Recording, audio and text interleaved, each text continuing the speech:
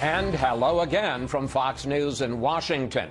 We begin with breaking news. North Korea launched a ballistic missile overnight.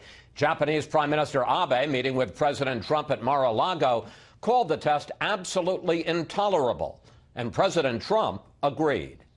The United States of America stands behind Japan, its great ally, 100%. We'll have more on that in a moment. We should also learn soon what President Trump's next move is in the legal battle over his controversial travel ban. The president and top aides have talked about everything from rewriting the executive order to taking the case over the current order to the Supreme Court. Mr. Trump says he will announce new security measures this week to keep America safe.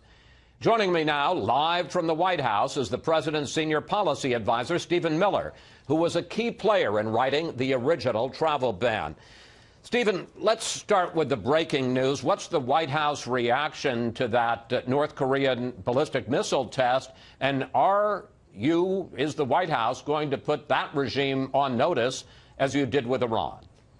Last night, what you saw was the President of the United States sending a powerful and unmistakable signal to North Korea and to the entire world as he stood shoulder to shoulder with the Prime Minister of Japan and declared our steadfast and unwavering support for that alliance.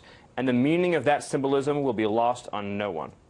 But you say it's an unmistakable message. Other than the fact that we're standing with Japan, what's the message? The message is that we are going to reinforce and strengthen our vital alliances in the Pacific region as part of our strategy to deter and prevent the increasing hostility that we've seen in recent years from the North Korean regime. More broadly, as you know, we're inheriting a situation around the world today that is deeply troubling. The situation in North Korea, the situation in Iraq, the situation in Syria, the situation in Yemen. And this president is committed to a fundamental rebuilding of the armed forces of the United States that will, again, send a signal to the world that America's strength will not be tested. Let's turn to this week's big controversy over the travel ban. Is the Trump administration, and you as a key player in it, are you at this moment rewriting the president's executive order limiting the visitors and the refugees can come into this country, and will that be released this week? Right now, we are considering and pursuing all options. Those options include seeking an emergency stay at the Supreme Court, continuing the appeal with the panel, having an emergency hearing en banc, or going to the trial court in the district level and a trial on the merits. They also include, as you've mentioned, the possibility of new executive actions designed to prevent terrorist infiltration of our country. But I want to say something very clearly, and this is going to be very disappointing to the people protesting the president and the people in Congress, like Senator Schumer, who've attacked the president for his lawful and necessary action. The president's powers here are beyond question. The president has the authority under the INA Section 8 U.S.C. 1182F to suspend the entry of aliens into this country, and he has Article 2 foreign powers to also engage in conducting border control and immigration control into this country. Those powers are substantial. They represent the very apex of presidential authority. And so we are contemplating new and additional actions to ensure that our immigration system does not become a vehicle for admitting people into our country who are hostile to this nation and its values. I want to follow up on that, Stephen. That's an argument you've been making this week, that the courts have no place interfering with the president's constitutional powers over immigration. But I want to take you back to what the Ninth Circuit Court of Appeals said in its ruling upholding the stay of the president's executive travel ban. Here, first of all, is what you had to say this week. An unelected judge does not have the right to remake the immigration laws and policies for the entire United States of America. But the Ninth Circuit Court disagreed. Although courts owe considerable deference to the president's policy determinations with respect to immigration and national security, it is beyond question that the federal judiciary retains the authority to adjudicate constitutional challenges to executive action. Stephen, the three judges say you're flat wrong. No, the three judges made a broad, overreaching statement about the ability to check the executive power and did not even address what I was talking about, which was INA 212F, 8 U.S.C. 1182F, the power of the president to exclude aliens in the national interest. But they say that the courts have a long history of reviewability here. No, the Ninth Circuit has a long history of being overturned, and the Ninth Circuit has a long history of overreaching. We don't have judicial supremacy in this country. We have three co-equal branches of government. The Ninth Circuit cannot confer onto a Yemeni national living in Yemen with no status in our country a constitutional right to enter our country. Were such a right to exist, Chris, that would mean every time we deny a visa to a foreign national, they could sue in an American court for damages for lost benefits in terms of welfare and employment. That would be ludicrous. 80 million people visit this country every year through airports, land ports, and seaports. Of course the president has the authority to impose moderate, necessary, and sensible restrictions, including putting in place new vetting procedures to protect this country. That power was delegated to him explicitly by Congress and adheres to him under his Article II powers under the U.S. Constitution. This is a judicial usurpation of power. It is a violation of the judge's proper role in litigating disputes. We will fight it, and we will make sure that we take actions to keep from happening in the future what's happened in the past. We've had hundreds of individuals enter this country through our immigration system on visas who've gone on to do enormous harm to this country from 9/11 through San Bernardino, through the Boston bombing, in Chattanooga, and on and on and on it goes. All right. I want to pick up on that and your criticism of the judges, because after Judge Robart's initial order, President Trump tweeted this. I'm going to put it on the screen. Just cannot believe a judge would put our country in such peril. If something happens, blame him and court system. People pouring in. Bad. But now, Stephen, that judge is getting death threats. So the question is, if something happens to him, should we blame President Trump? This is one of the most ludicrous things that the media does, where when any crazy person in this country issues a death threat, that they then blame a politician or a public official. That is reckless and irresponsible and should never be done. The reality is but some people would say that personally attacking a judge is reckless and irresponsible. In fact, your own Supreme Court nominee, Judge Gorsuch, called it disheartening and demoralizing. Statements that you can't criticize a judge demonstrate a profound misunderstanding of what it means to have separate and equal branches. Of course, one branch can criticize another branch of government. It's ludicrous to say that Congress can criticize the president, and the president can criticize Congress, and judges can criticize the president, but the president can't criticize judges. So Neil Gorsuch was wrong? I have my opinions, and Judge Gorsuch has had his comments, as you know, misinterpreted and misrepresented by by Senator Blumenthal, who, as we all know, has profound credibility issues. Well, wait. On the question, first of all, on the question of his saying that he found these remarks disheartening and demoralizing, it wasn't. That's different than saying. Wait a minute. That's different than saying you can't criticize a judge. Stephen, I don't think that Judge Gorsuch would say you can't criticize a judge in the United States. But he said that these comments were disheartening, demoralizing. He said it not only to Richard Blumenthal, he said it to Senator Ben Sasse as a Republican. That is not what Kelly Ayotte put out a statement. That's not what she said he said. You weren't in the room. I wasn't in the room. What we do know is that Senator Blumenthal, we all know his Vietnam scandal. We know how much he has a credibility problem. It's a serious problem. That's what should be the focus of this conversation, is the degree to which that senator has a serious credibility issue. But not to get off track here, because we're going all over the place. Let's just be very clear and straightforward in saying the following. The United States of America has a terrorism problem. We have had hundreds of cases of foreign nationals entering our country from other countries and plotting, attempting, or even carrying out terrorist attacks. We spend countless dollars a year, and we have thousands of federal officers and investigators who do nothing but run around the country trying to stop terrorist attacks for no other reason than because we made the mistake of letting people in who harbor hatred for this country. Our immigration system should not be a vehicle for admitting people who have anything but love in their hearts for this nation and this Constitution. I want to ask you, Stephen, about how this is all rolled out, because you and Steve Bannon were reportedly the prime movers behind the rollout of this executive order before it had been fully vetted by everyone, all the key players of the administration or congressional leaders. And, of course, now it has been blocked in several courts. Do you and Bannon take responsibility for all the problems with this rollout? First of all, people are giving way too much credit to me and Steve Bannon. Steve Bannon has no role whatsoever in drafting executive orders. This executive order was drafted by congressional experts and lawyers, career experts on immigration. It was approved and vetted through the Homeland Security Council, the National Security Council, the Department of Justice Office of Legal Counsel. Key people at departments and agencies were read into the executive order. You would agree it hasn't gone smoothly. Well, here's where you're wrong, Chris. And I hate to say this because I think you're fabulous.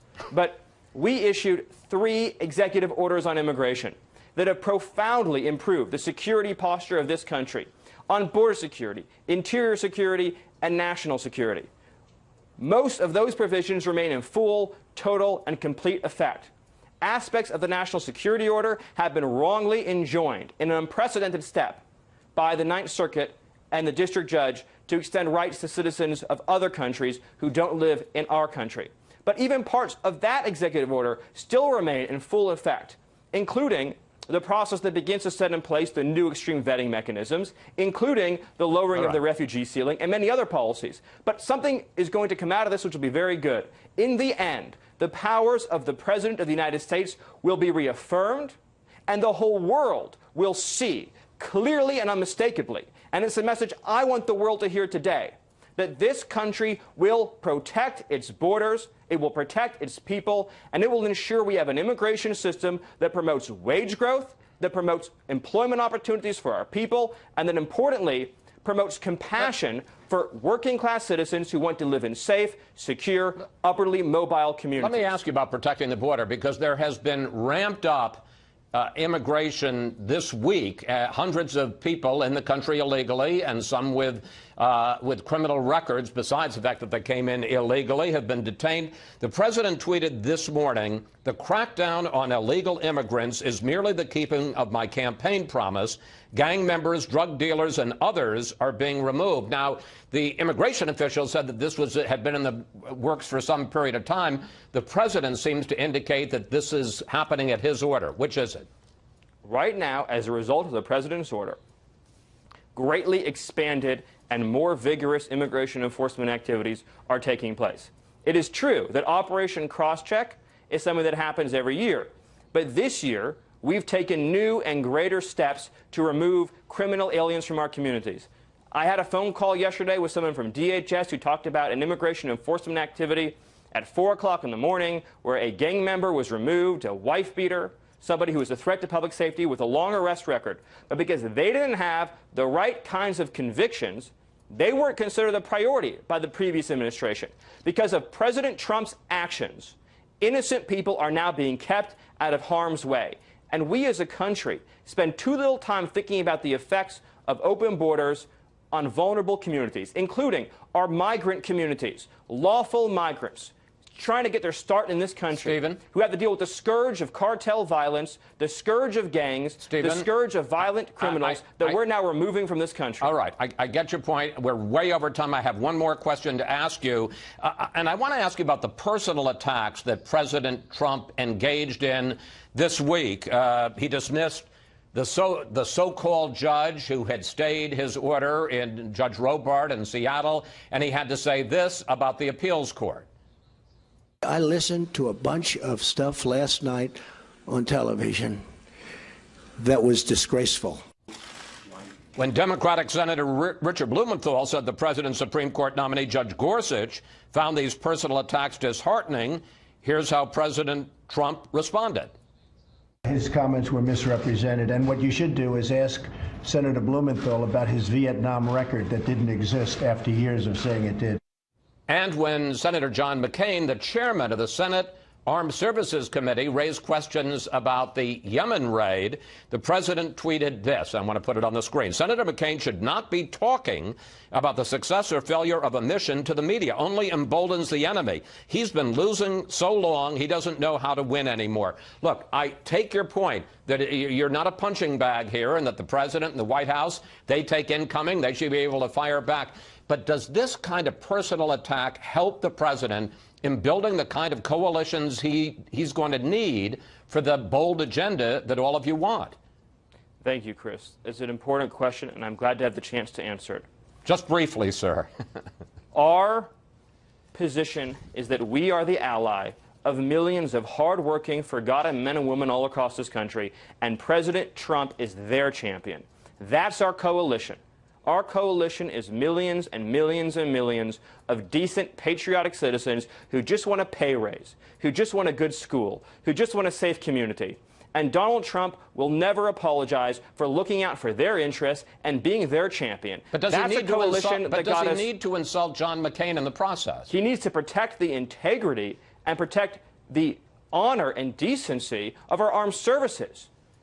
Chief Special Operator William Ryan Owens did not die for a failure. He died as a hero. He died in defense of his country. He died in defense of our values in a successful mission that yielded valuable intelligence. The bottom line, Chris, is that the President of the United States won 306 electoral votes by being a champion for people who haven't had a voice in Washington. Democrats, Republicans, independents, right, people of all incomes and races. And he will continue to be their champion, and he will continue to be their voice. Stephen, thank you. Thanks for your time today. Thanks. We enjoy hearing your voice. And, of course, we'll be tracking what the president announces this week on the issue of immigration and travel bans. Thanks so much for talking with us, sir. Thank you. Up next, Democratic Senator Ben Cardin on Mr. Trump's executive order, his legislative agenda, and charges of Democratic obstruction. A look outside the Beltway at the Ninth Circuit Court of Appeals in San Francisco, which ruled against reinstating President Trump's travel ban. To discuss the president's executive order and other issues, let's bring in Senator Ben Cardin, the top Democrat on the Foreign Relations Committee. And, Senator, welcome back to Fox News Sunday. It's good to be with you, Chris. Thanks. You just heard top Trump advisor Stephen Miller on the travel ban. Your reaction?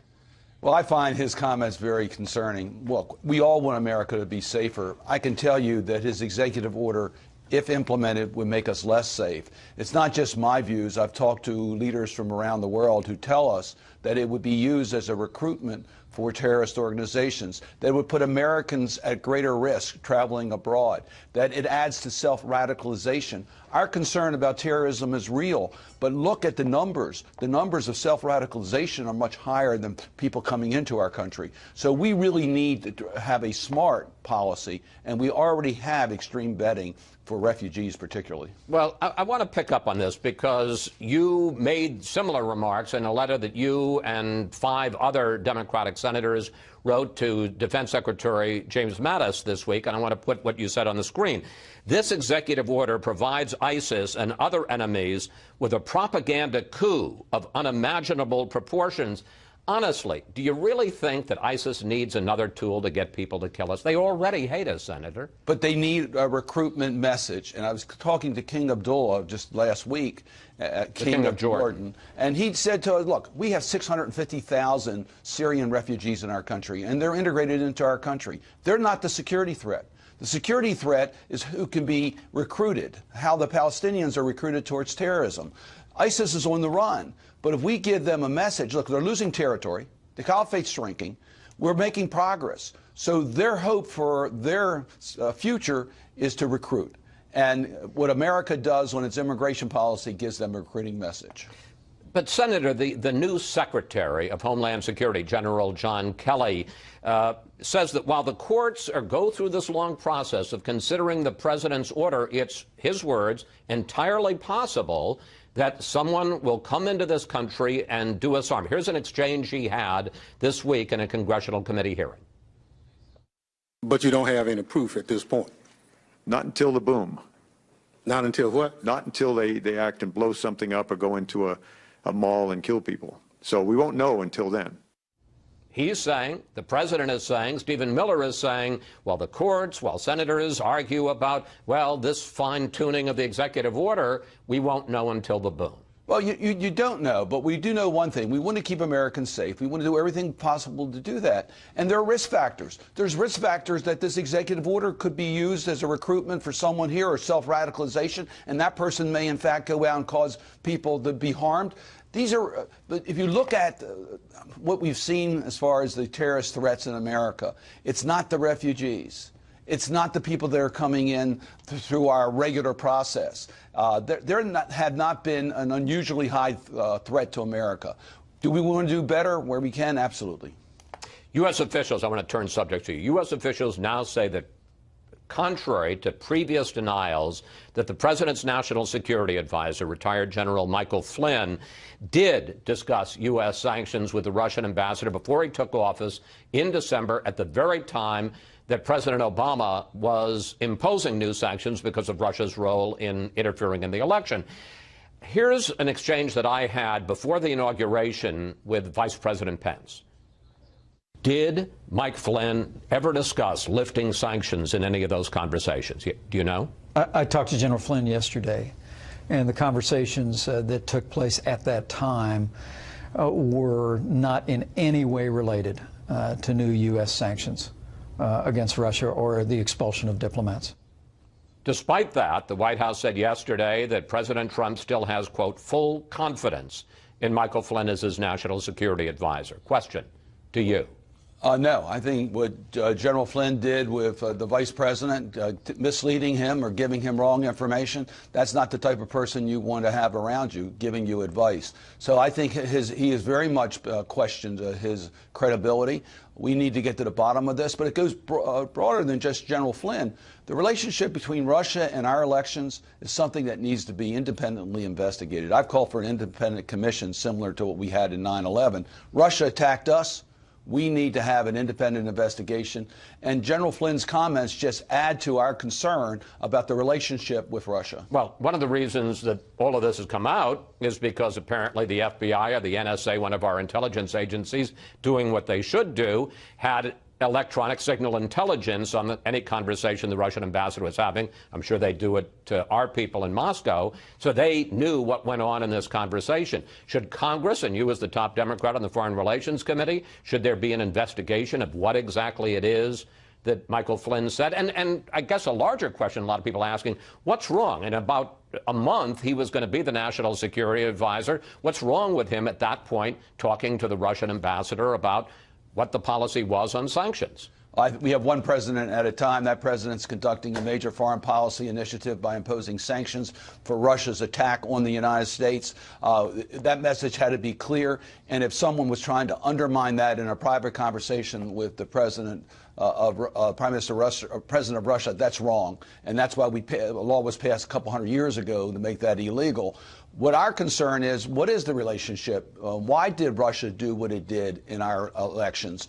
Russia is continuing to be active, not just in the United States, but in Western Europe in these elections. We got to get to the bottom of this as to what Russia is employing in order to try to bring down our democratic system of government. Yes, there should be investigations in Congress, and there's some that are starting and taking place, but there needs to be an independent investigation where people devote their full time to finding out what Russia was doing, why they did it, who was involved here in the United States, and making sure this never happens again. Let's take a look at where we stand with the Trump cabinet at this point. And the statistics are interesting. So far, 7 of President Trump's cabinet nominees have been confirmed. At this same point in 2009, 12 members of the Obama cabinet were in place. And in 2001, Bush 43 had his entire 14-member cabinet confirmed. Senator, isn't this blatant Democratic obstruction? Not at all. We can't stop these nominees. We know that. What we're trying to do... No, but you're doing everything you can to slow it down. But because these people have never been, many have never been appointed to positions before. They have vast personal background. Some people would say that's a positive. Well, let's find out about it. When you've had a person who's already been vetted for other offices, it's a lot easier for the confirmation process to move because you already have gone through that information. With a person like Betty DeVos, who we knew nothing about her commitment to public education, I think it was important that we took as much time as possible so the American people understood our concerns and we can hold her accountable now she's Secretary of Education. We're going to use our time to make sure that people understand the background of these individuals, their commitment to the agency that they are being appointed to, and so we can hold them accountable. And yes, in some cases, we would hope that Republicans may join us in questioning whether this person is the best person. But Senator, back in 2013, when Republicans delayed the confirmation of 2 members of President Obama's second-term cabinet, here's what you had to say about that. This is a pattern of blocking President Obama's confirmation votes on his key cabinet positions. Senator, aren't you and other Democrats engaged in exactly the same practice that you criticized 4 years ago? I think my recollection then was the Republicans controlled the Senate at that time, and we're not scheduling these votes. We don't control the agenda. The Republicans control the agenda. Yeah, but you have ways of blocking it. Well, no, all we can do is take our time. We can have the time for debate, the 30 hours that are given to us. We can't block when it's brought to the floor. We can't block when the votes take place. That the Republican leader decides. All we can do is use the time that's allotted to us to make our points, and that's what we're doing. We're not blocking these appointments. We scheduled the earliest possible days for hearings in our committees. I'm the ranking Democrat on Senate. Yeah, but in some of the committees, then you boycotted so they couldn't have a vote. Let me, if I may, just bring up one last question, and that is the nomination of Neil Gorsuch to the Supreme Court. You say that he must be in the judicial mainstream. I understand he's clearly more conservative than you are, President Trump, a more conservative president than President Obama. Is there anything in his record that would indicate, just besides the fact that he's conservative, that he isn't in the judicial mainstream? Well, I'm just starting to look at his background. I am concerned about whether he will represent individual constitutional rights or whether he's going to be more concerned about business constitutional rights. And we'll get into that. Yeah, but that's a judicial mainstream issue. Well, we're just getting into it. Give me a chance to meet with him. I have not met with him yet. Let me review the record. But, Chris, I want to tell you, this is in backdrop to a Republican leadership in the Senate that denied President Obama for 10 months a vote on his nominee. We want to make sure we get a fair process, and many of us are concerned as to whether this Republican leadership will allow us to have a fair process in the United States Senate. And you're already, as you showed earlier in the show, we have a president who's shown a real disrespect for the judicial branch of government. We need to make sure we have an independent judiciary. Senator Cardin, thank you. Thanks for coming in today. Always good to talk with you, sir. Thank you, Chris. Up next, we'll bring in our Sunday group to discuss what President Trump may do next to restrict people coming into the U.S. from countries with a history of terrorism. And new allegations that Mr. Trump's national security advisor, General Michael Flynn, discussed easing sanctions with the Russian ambassador, despite Flynn's repeated denials.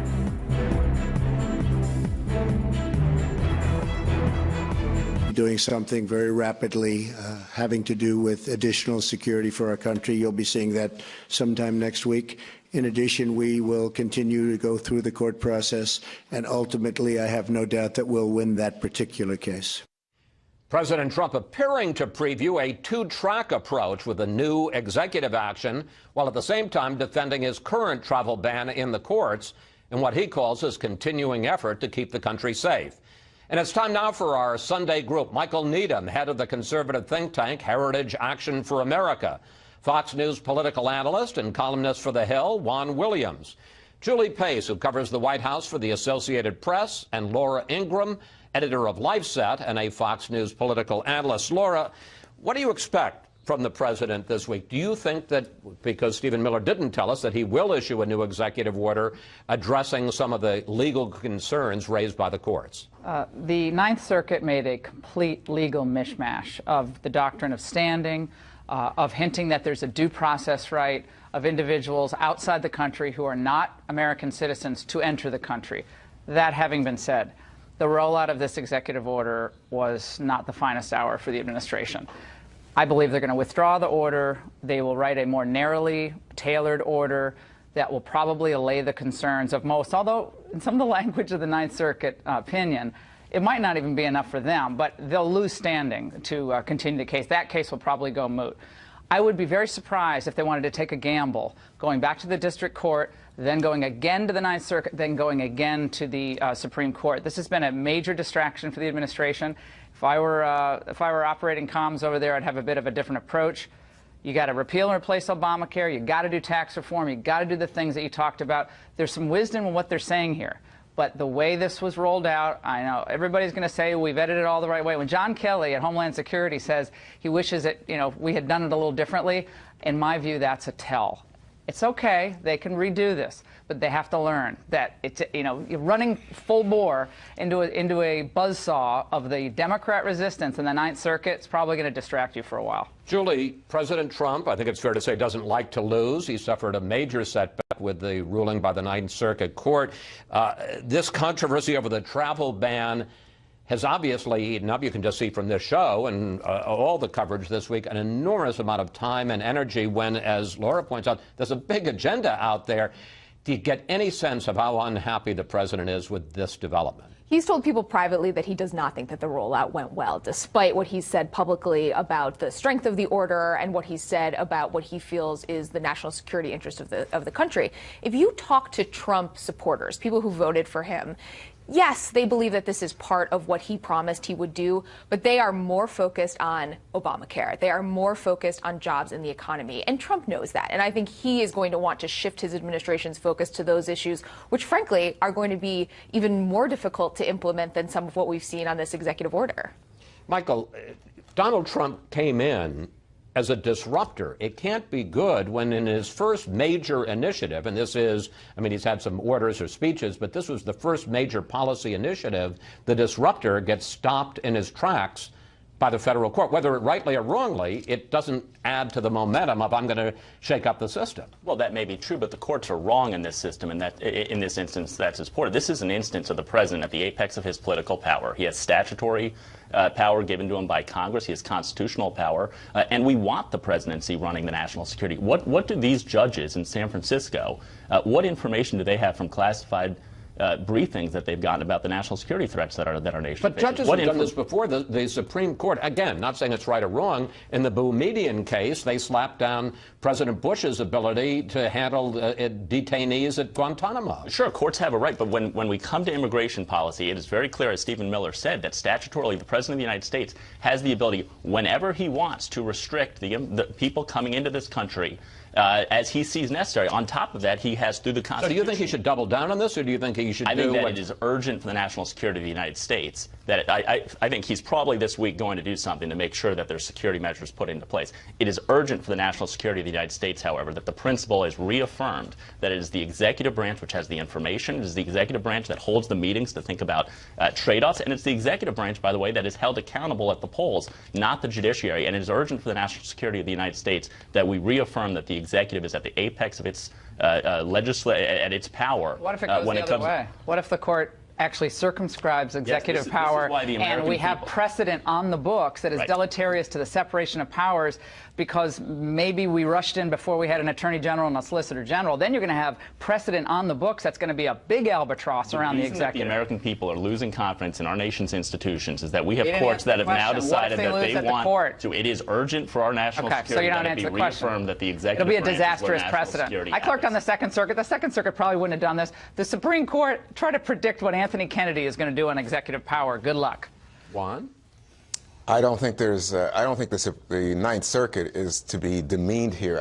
I think that they made an argument, and specifically an argument that touches on the rollout, things like green cards. It wasn't clear to the officials at the time that people with green cards would be allowed back in the country. Secondly, the suggestion that they don't have a right to intervene. Not only do we have the case involving President Bush, we have a case involving President Obama, where the courts in Texas said that with regard to immigration, the courts do have some right to look at potential damage to state interest or private interest in the country. They don't have the right to intervene. I said that they got this case exactly wrong, and in their decision, they didn't even cite the statute that Stephen Miller was talking about earlier. That is very clear that the Congress has legislatively granted the President of the United States the ability to restrict. But the courts have a right to review, Michael, and that's what they were asserting. I don't think they got it wrong, but they have a right to intervene on this subject. It's not the case. Yes, the President has the prerogative with regard to immigration investigation, but it's not beyond judicial review. Okay, we have one more minute here, and I want to get into another subject I wanted to talk about, which is the case of the National Security Advisor Michael Flynn. He denied, Sean Spicer, based on his assurances, denied. Vice President Pence, sitting at this table, denied that he had talked to the Russian ambassador about sanctions. It now turns out, apparently from signal intelligence, that he did talk about it. Is he in trouble?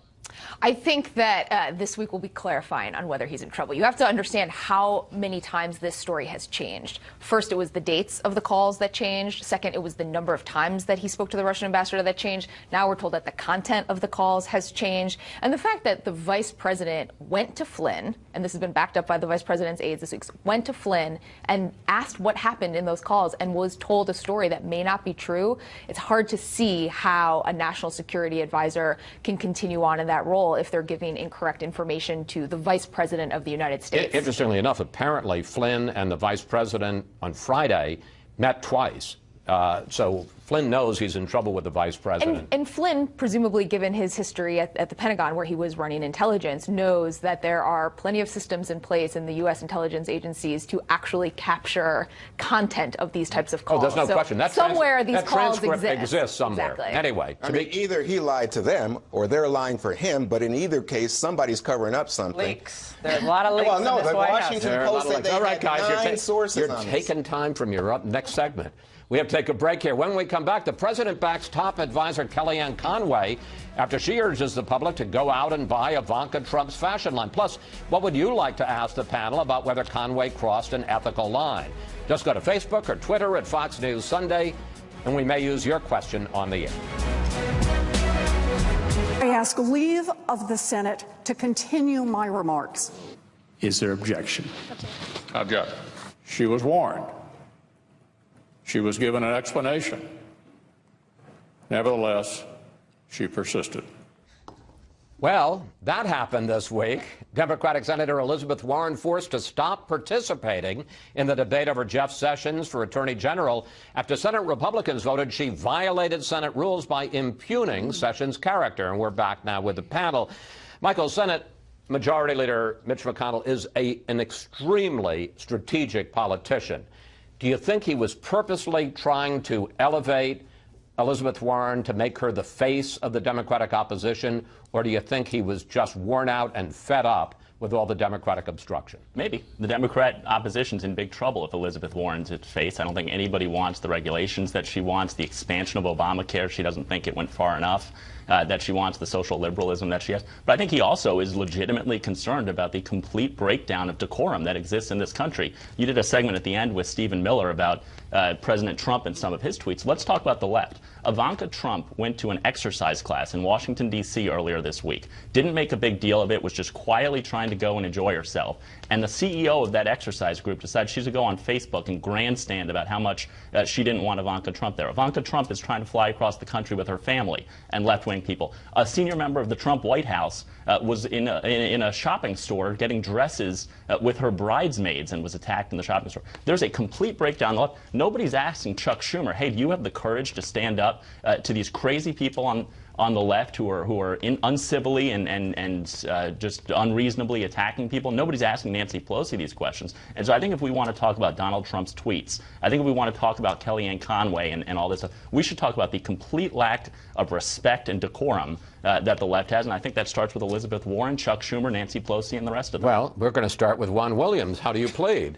I mean, I just sit and listen and wonder, because to me, you know, where this starts, a lot of it has to start with Donald Trump. No, Donald Trump's a counter-puncher. Oh, he's a counter-puncher. I think he's tweeted out. Juan, do you think that Nancy Pelosi should have to condemn the way that Ivanka Trump has been treated for the last couple of months? It's disgusting. Look, I don't want any incivil behavior, but I'm just saying to you, Elizabeth Warren, the way you describe her, she's a threat to the nation. She's not. And she was reading from a letter from Coretta Scott King on the Senate floor. And King had been critical of Jeff Sessions, the senator, now the attorney general. But is that a reason to say that Elizabeth Warren is not allowed to speak? In fact, picking up on Chris's point, because I have the same perception, that Senator McConnell is a strategic, smart player, an inside player in the game. So what was the point? Because it looks to me like he all of a sudden elevated Elizabeth Warren and her comments and her criticism. But here's what is a threat to the nation. The breakdown of civility in this country is a threat to the nation. I think it's important for people like you to start standing up and demanding that Elizabeth Warren and that Nancy Pelosi and that Chuck Schumer, we spent all of this time talking about Donald Trump. Everything that Donald Trump does gets criticized. It is important to start standing up and asking Nancy Pelosi and Chuck Schumer whether the complete breakdown of decorum and civility that we see. Betsy DeVos tried to visit. We can't pretend like this lack of civility in our politics has started in since the November election. If you look at things that were said about President Obama and you look at things that were said about President Bush, especially at the height of the Iraq War, we've been dealing with this for years. This isn't a matter of what people are just saying about Ivanka Trump. And we spend countless amount of time talking about Donald Trump, and we spend no time asking Elizabeth Warren, asking Chuck Schumer and others to push back. We had protesters who this week, they call themselves protesters. Many of them are just criminals. And they're criminals because they're denying a government official the ability to do government business at a public school. I'm talking about Secretary of Education DeVos. They complain that, oh, she doesn't know anything about public schools. She hates public schools. She's going to kill all public schools. They put all that caricature out. Then she goes to a public school, and the most vicious, horrible things said about her, preventing her from actually entering the school at one point. So I think there's a good point to be made that the resistance movement that has been fueled and fomented by many in Congress who are encouraging it. Even former President Obama is heartened by all the enthusiasm. Enthusiasm, protests, fine. What we've been seeing at Berkeley and even at this DeVos thing, which I think frankly gets scary, is that there's a push to bring this to this powder keg moment where at some point force will have to be used to keep people safe. Then they're going to say, see, it's police brutality. Trump has a police state. It's martial law. I mean, the volume pitch that is being brought up because they lost, they're bitter about it, and they have nothing to do except stop other people from speaking. That resistance is fine as long as it's, you got to have a protest, that's fine. Laura, so when the president speaks about a so-called judge, you don't think that's demeaning and threatening and scary in terms of the independence of our judiciary? No, when the president, that's never happened before. Oh, no, I'm just saying, gee, look at the fountain here. You want to point out all the splashes, but I'm telling you, where's the source? They can't. And it seems to me he goes after the judiciary. If that doesn't scare people, I mean, he goes after the acting attorney general. He goes after a judge in the Trump University case and suggests that he's incompetent because he has Mexican heritage. You think people don't get scared? Okay, that's during the election. People are still mad about that. I get that. But he's now the president of the United States.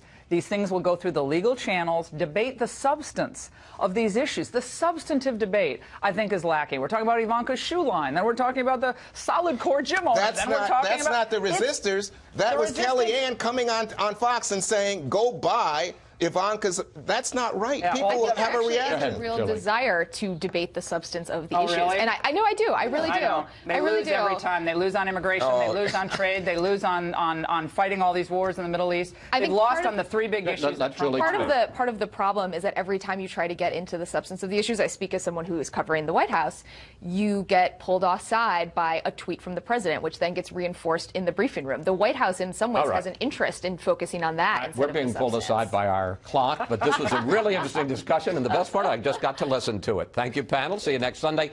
Up next, our Power Player of the Week, how one woman is leading an effort to bring peace to hot spots around the world. A look at the Lincoln Memorial on the former president's 208th birthday. Just across the Lincoln Memorial on the National Mall is a striking building dedicated to trying to bring peace to troubled areas around the world. Here's our Power Player of the Week. Nobody is suggesting that you can eliminate conflict from human interactions, but there is an opportunity to manage it so that it doesn't become violent. Good afternoon, everybody. Nancy Lindborg is president of the U.S. Institute of Peace, a government-funded independent organization that spent the last 32 years trying to prevent wars. Peace is very practical. It is a set of learned skills, approaches, and frameworks that it is essential for our national security. With a staff of 180, USIP has people on the ground in 10 hotspots across the Middle East and Africa, partnering with locals to head off violence, such as right now in Iraq. When ISIS was finally pushed out of Tikrit, you had the Shia and Sunni tribes poised for repeated cycles of tribal blood feuds. USIP worked with Iraqis they had trained to get the key players to talk. That peace accord led to the ability of 250,000 Iraqis who had been displaced by the fighting to return home. Lindborg has directed efforts to stop conflicts from turning violent in Central Africa. That's important for internationals. And there's generation change, bringing 28 young leaders from 13 nations. First of all, I want to thank you. To meet with the Dalai Lama and discuss how to promote peace. The key message is you need to stay on that journey, and it takes a lot of inner resilience and a lot of fortitude. The Institute is next to the State Department on the National Mall, in a striking space Lindborg says symbolizes its lofty purpose. We look across at the Lincoln Memorial, and across the river we have the Arlington Cemetery. So it's a daily reminder to all of us here on the importance of resolving violent conflict. We are all patriots, first and foremost. Last month, USIP tried to broker a different kind of peace, hosting a conference called Passing the Baton to mark the transition from one president to the next. The gravity of this moment is a bit overwhelming. Then the past and future White House national security advisors had a symbolic handoff of responsibility. How'd you get into the peace business? I have spent the last 2 decades going to terrible places. Lindborg worked first for the Mercy Corps and then USAID, providing relief for people caught in Syria's civil war and African droughts. 2 years ago, she came to the Institute to try to get ahead of conflicts. How exactly do we get at the roots that are causing all this violence and all this suffering? How do we prevent that from happening? And after it happens, how do you resolve it so that you have a more enduring peace? Lindborg says there's been a spike in violence in recent years from civil wars and religious extremism, which means her institute faces an even bigger challenge.